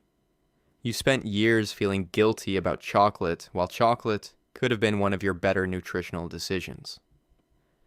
The candy aisle did not lie to you. The diluted product did. 39. Warm milk before bed is a time-honored remedy for sleeplessness. It is natural, it is soothing, and it works. The tryptophan converts to serotonin, the serotonin converts to melatonin, and you drift off through an elegant biochemical sequence. Each step in that sequence is real. The quantities involved in a glass of milk and the competition those quantities face make the practical effect far smaller than the tradition implies. The theoretical mechanism is milk contains tryptophan, which converts to serotonin, which converts to melatonin, which promotes sleep. The problem is competition. Tryptophan must cross the blood-brain barrier using transport proteins shared with other large neutral amino acids: leucine, isoleucine, valine, phenylalanine, and tyrosine. In the presence of protein, as in milk, those competing amino acids are simultaneously elevated in the bloodstream and compete with tryptophan for the same transport mechanism, reducing net tryptophan uptake into the brain. The total tryptophan in one 8-ounce glass of milk is approximately 92 milligrams, well below the threshold used in clinical studies showing sleep improvement, which typically ranges from 1,000 to 5,000 milligrams. The dose delivered by a glass of milk does not approach clinical relevance. Tryptophan's brain uptake is paradoxically improved by consuming carbohydrates without protein. The insulin response preferentially clears competing amino acids from the bloodstream, giving tryptophan a relatively cleaner path to the brain. A small serving of carbohydrates alone before bed may be a more mechanistically sound sleep strategy than milk. The warmth and ritual of warm milk carries genuine psychological sleep benefits through conditioned relaxation response, and that is worth acknowledging. But it is a behavioral effect, not a pharmacological one. Cherry juice, kiwi fruit, and walnuts have more peer-reviewed evidence supporting sleep improvement than milk does. The ritual is comforting. The biochemistry behind it is largely a bedtime story you tell yourself. 40. Low fat means fewer calories means weight loss, and the labels saying 97% fat-free means you are making progress. When fat is removed from food, it is replaced with sugar, refined starch, or synthetic substitutes to restore palatability. The caloric savings are frequently smaller than assumed, and the satiety consequences are reliably worse. Fat contributes 9 calories per gram versus 4 for carbohydrates, but fat increases satiety through cholecystokin release and delayed gastric emptying in ways refined carbohydrates do not. Low-fat products that replace fat with sugar frequently return hunger faster, driving higher total daily intake that eliminates the theoretical caloric advantage of the lower-fat product. The low-fat era of the 1980s and 90s coincided with a significant increase in obesity rates in the United States. Consumption of low-fat and fat-free products increased dramatically during the same period. Obesity prevalence rose from approximately 15% to 30%. The correlation between dietary fat reduction and improved weight outcomes the policy predicted did not materialize at the population level. Fat-free salad dressings eliminate the medium through which fat-soluble carotenoids in the salad, lycopene, beta-carotene, lutein, are absorbed. A 2004 study found that salads consumed with full-fat dressing resulted in significantly greater carotenoid absorption than those eaten with low-fat or fat-free alternatives. You made the salad less nutritious by removing the fat from the dressing. Olestra, a synthetic fat substitute approved in the 1990s and used in fat-free snack products, was associated with gastrointestinal side effects and impaired absorption of fat-soluble vitamins, problems significant enough that the FDA required warning labels. Multiple cohort studies comparing full-fat and low-fat dairy consumers have not found the expected weight advantage for the low-fat group. You ate the sad version, felt unsatisfied, and ate more. The fat was not the problem, removing it was. 41. Coconut oil is the health fat that changes everything. Medium-chain triglycerides, accelerated metabolism, ketone production, antimicrobial properties.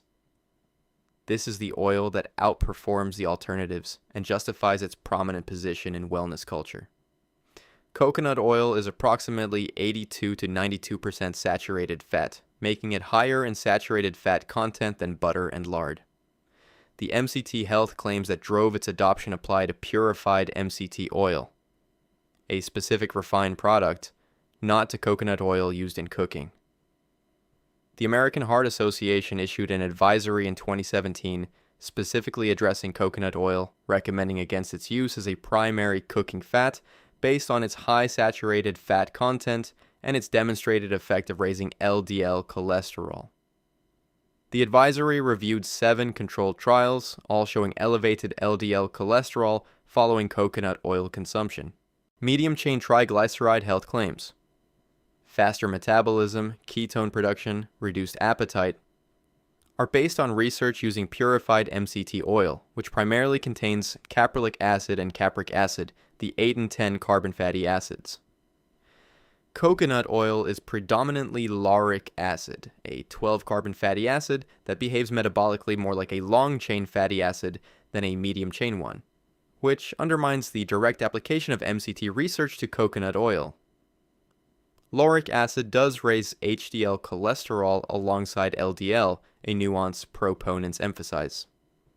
The LDL raised may consist more of larger buoyant particles considered less atherogenic than small dense LDL, though this remains debated in the cardiovascular literature. The coconut oil boom was significantly accelerated by a 2004 case report on coconut oil and cognitive function that was never followed by supporting clinical evidence, but generated substantial media traction.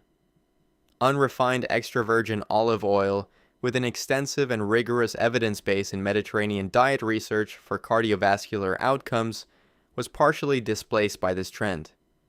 You traded an evidence-backed fat for a trend-driven one and called it a health upgrade. The MCT research you read was about a completely different product. 42. If you did not sweat heavily, the workout did not count, which means your body needs comprehensive post-workout nutritional replacement for the minerals, electrolytes, and reserves you depleted. Sweat rate is primarily a measure of thermoregulation, not exercise intensity or caloric expenditure, and it varies so dramatically between individuals and conditions that using it to determine nutritional needs is physiologically unreliable. Sweat rate is highly individual and highly trainable.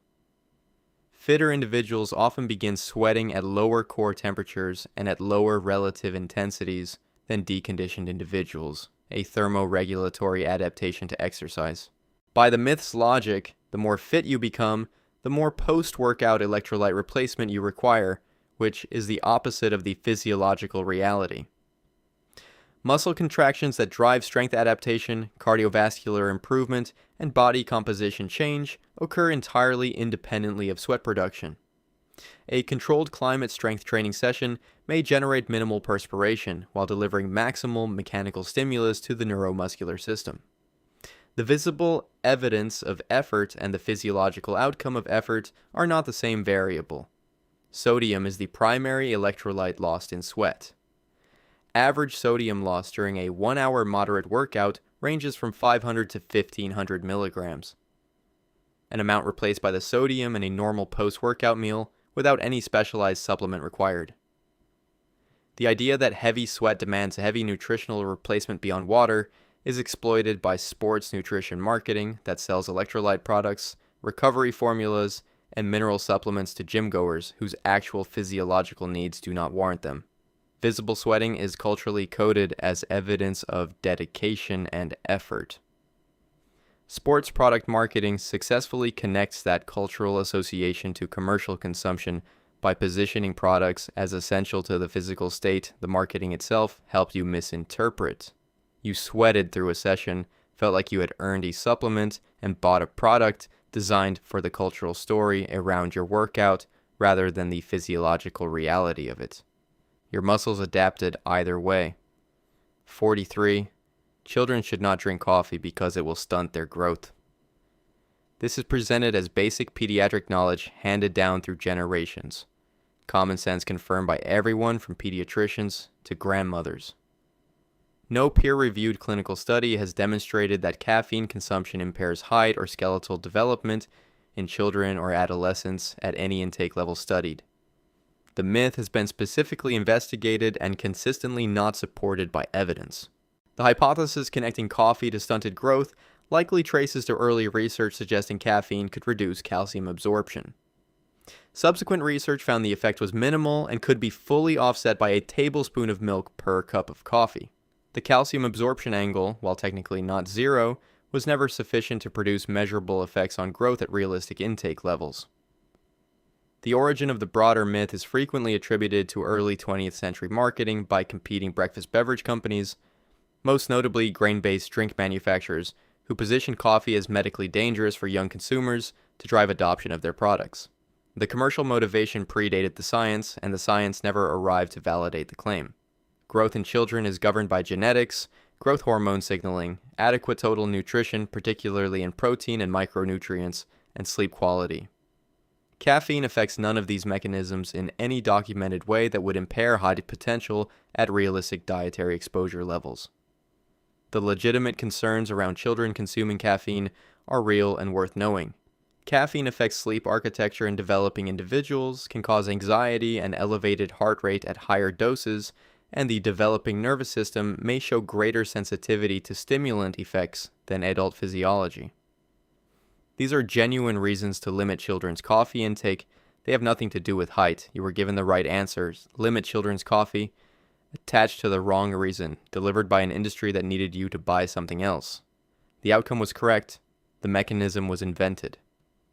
44. Agave syrup is a natural plant-based sweetener with a low glycemic index that makes it the responsible alternative for people managing blood sugar and overall metabolic health. The low glycemic index is not a marker of metabolic safety here. It is precisely what makes the product potentially problematic, because the low glycemic response is produced by an exceptionally high fructose content that bypasses blood glucose regulation entirely to deliver a concentrated load directly to your liver. Most commercial agave syrup is 70 to 90% fructose, a higher fructose concentration than high fructose corn syrup at 55%, and substantially higher than table sugar at 50%. The low glycemic index reflects fructose's liver-mediated metabolism, which does not raise blood glucose directly. It does not reflect a gentle or metabolically neutral product. Fructose is metabolized almost exclusively in the liver. Excess fructose from any source is converted to fat through de novo lipogenesis and is one of the most robustly supported dietary contributors to non-alcoholic fatty liver disease in the research literature. The product managing your blood glucose spike is creating a different metabolic problem downstream. The production of commercial agave syrup involves hydrolysis of fructans, the native storage carbohydrate in the agave plant, using heat and enzymatic processing. It is not a raw, minimally processed natural sweetener tapped from a traditional plant. The health-relevant components of the agave plant are not present in meaningful quantities in the commercial syrup. Traditional fermented agave products share essentially nothing with commercial agave syrup except the plant of origin.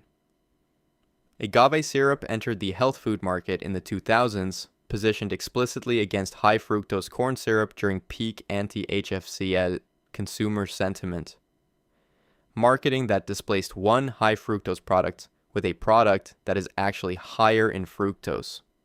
You replaced a sweetener for one with more of the exact compound you were avoiding, while congratulating yourself on the glycemic index number. The plant name did all the marketing work. 45. Consuming collagen supplements rebuilds your skin, repairs your cartilage, and reverses the structural deterioration that comes with age. You are depositing collagen directly into the places your body needs it most. Proteins are broken down into amino acids during digestion. Collagen is a protein. Consuming it does not mean collagen arrives intact at your skin, joints, or connective tissue. It means you ate protein and your body received amino acids, the same outcome as eating any other protein source. Collagen is composed primarily of glycine, proline, hydroxyproline, and arginine. When consumed, digestive enzymes, pepsin, trypsin, and chymotrypsin, break it down into individual amino acids and small peptides before absorption. The body then synthesizes collagen endogenously from amino acids, directing that synthesis based on genetic programming, mechanical loading, hormonal signals, and nutrient availability, not based on the dietary origin of the amino acids used as building material. Some studies using hydrolyzed collagen consisting of small peptides have shown modest improvements in skin elasticity and joint discomfort in specific populations. These are short-term trials, frequently industry-funded, and the proposed mechanism that small collagen peptides survive digestion intact and home in on specific tissues remains biologically contested. Vitamin C is genuinely essential for collagen synthesis. It is a required cofactor for prolyl hydroxylase and lysyl hydroxylase, the enzymes that cross-link collagen fibers into functional structural tissue. Vitamin C deficiency, scurvy, is literally a collagen failure disease. Gums bleed, wounds fail to heal, connective tissue breaks down. Without adequate vitamin C, dietary amino acids cannot be assembled into functional collagen regardless of how much collagen powder you consume. People spend $40 on collagen powder and $3 on vitamin C.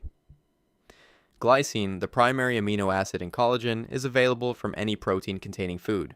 You are eating collagen to build collagen the way you might eat cartilage to rebuild your knees. Digestion disagrees with the strategy. 46. Your digestive system accumulates stress, residue, and functional compromise over time that requires periodic intervention to reset. A few days of liquid nutrition gives your gut the break it needs to heal, clear, and start again from a cleaner baseline. Your digestive system does not accumulate backlog requiring scheduled clearing. The gut lining, the surface actually performing absorption and barrier function, replaces itself completely every 3 to 5 days through continuous cellular renewal.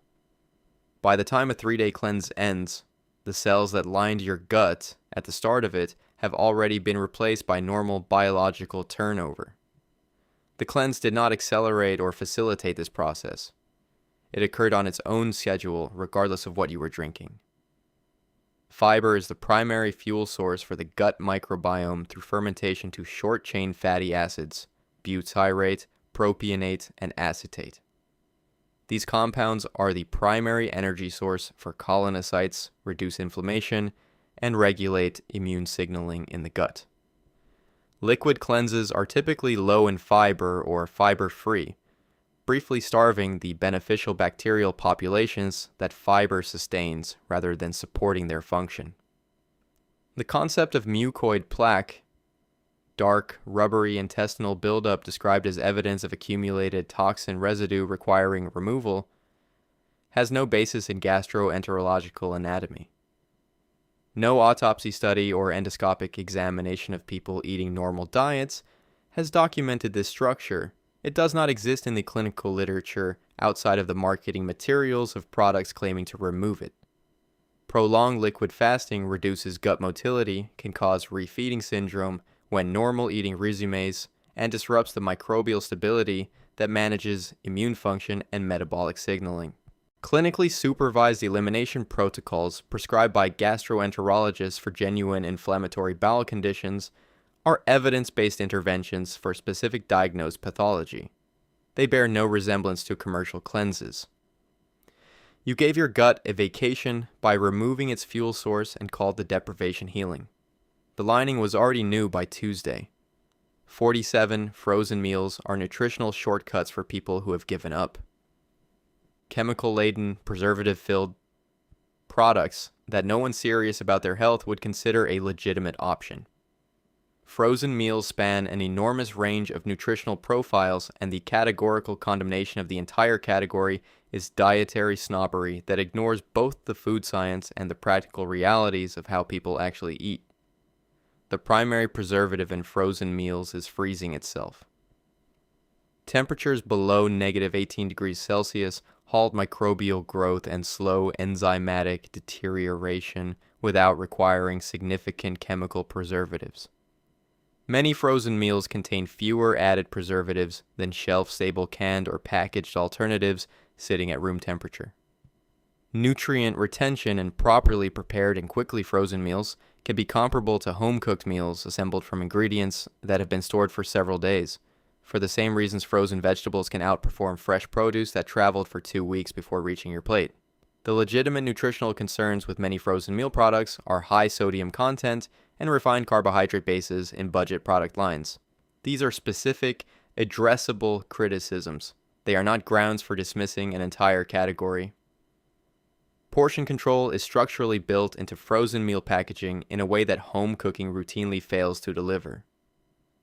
For individuals managing caloric intake, the defined portion of a frozen meal represents a genuine practical advantage that receives no credit in wellness culture because it lacks the performance of cooking from scratch. The bias against frozen meals disproportionately affects people with limited time, mobility, cooking access, or culinary confidence, framing a practical, accessible food option as a character-failing rather than a dietary tool with appropriate trade-offs. You sneered at the frozen meal and ordered from a restaurant that cooked your food in unmeasured sodium and oil at portion sizes you never evaluated. Convenience is not the nutritional problem, composition is. And composition varies in the frozen aisle exactly as it does everywhere else. 48. You have an occasion in 2 weeks. Restrict calories aggressively now, move as much as possible, and you will arrive lighter. temporary sacrifice for a defined outcome. The biological response to aggressive short-term restriction delivers less fat loss than the caloric math predicts, reliably eliminates some muscle alongside whatever fat is lost, and typically produces a rebound that undoes the result within weeks of the event. The first significant weight loss during severe caloric restriction is a glycogen-bound water. Each gram of glycogen is stored with approximately 3 to 4 grams of water. Depleting glycogen stores releases this water rapidly, creating scale movement that looks like fat loss.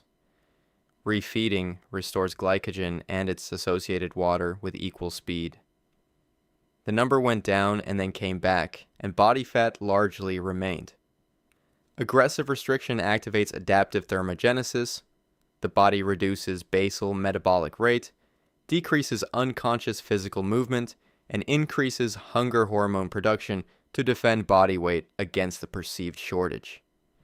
You are restricting calories while your body systematically reduces the caloric cost of existing.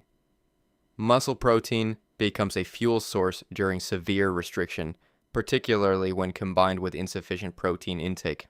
Losing muscle mass reduces resting metabolic rate and worsens body composition outcomes beyond the period of restriction, the opposite of what the approach was meant to achieve.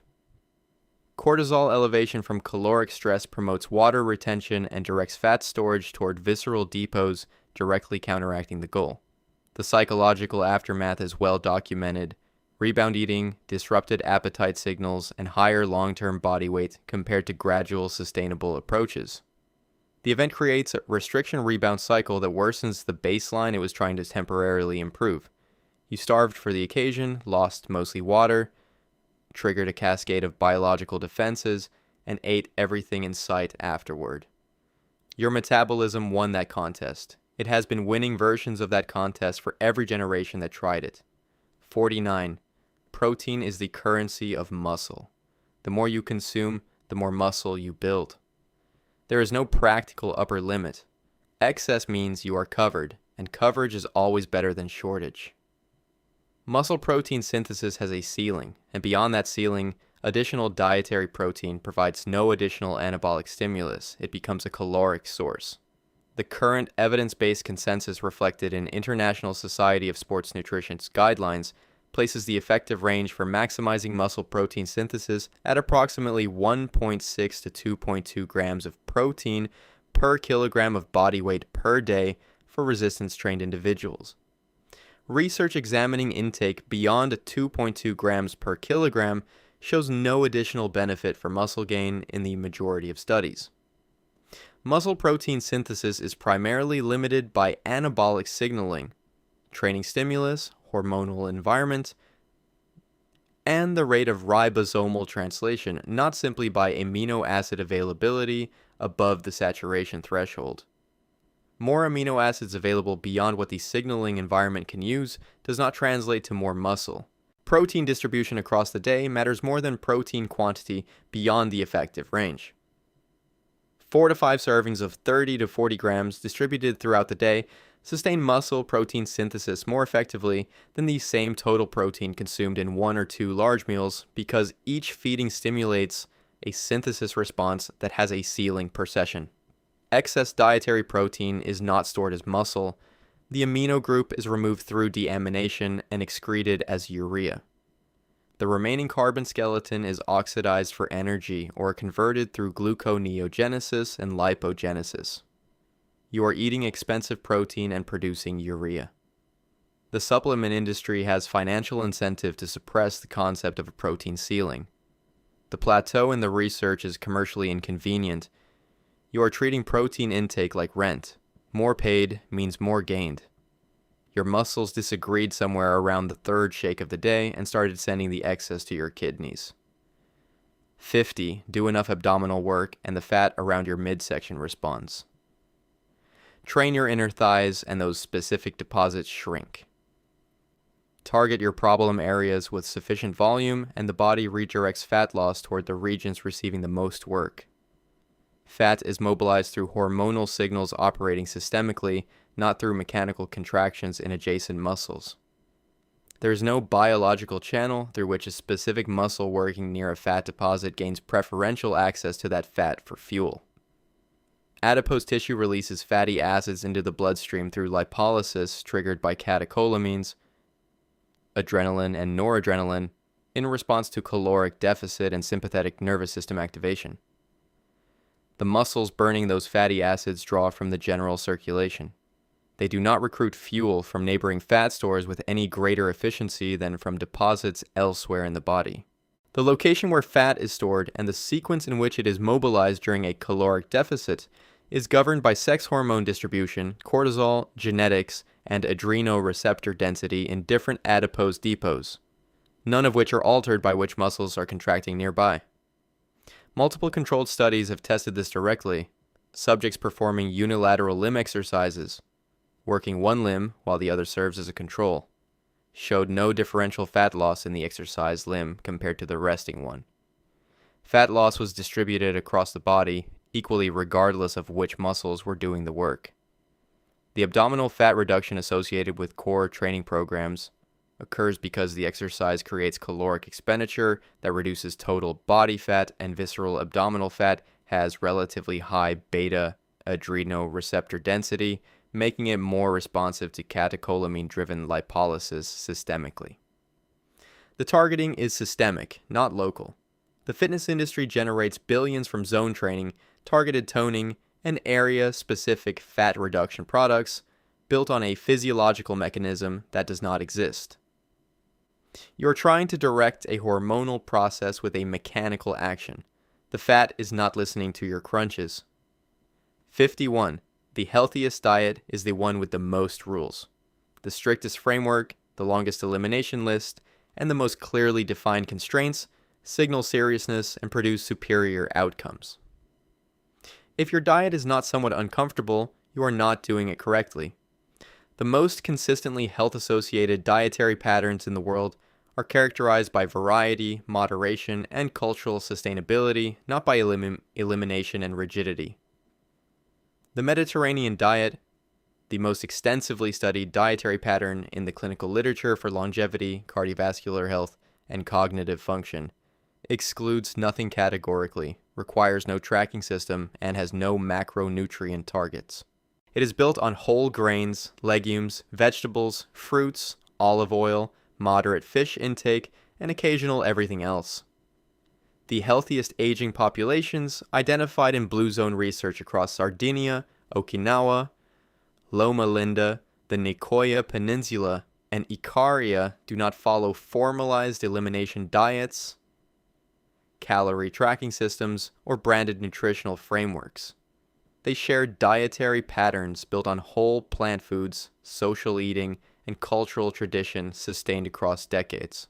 Food anxiety and orthorexia nervosa, a pathological preoccupation with dietary purity, carry documented psychological costs, including elevated cortisol, disordered eating patterns, and social isolation, all of which have measurable negative health effects that compound over time. Dietary flexibility, the ability to eat in varied social situations without significant distress, is associated with better long-term adherence to healthful eating than rigid rule following, which tends to produce cycles of strict compliance and complete abandonment. The most reliable predictor of positive long-term dietary outcomes is adherence sustained over years and decades. A slightly suboptimal diet followed consistently outperforms a theoretically perfect diet followed intermittently. The $72 billion diet industry profits from complexity, proprietary systems, and the implication that the rules their competitors offer are insufficient. Eat mostly whole foods, mostly plants, not too much. That sentence is evidence-based, free, and commercially worthless, which is exactly why you've never seen it on a product label. If you want to see more, click the video on screen now,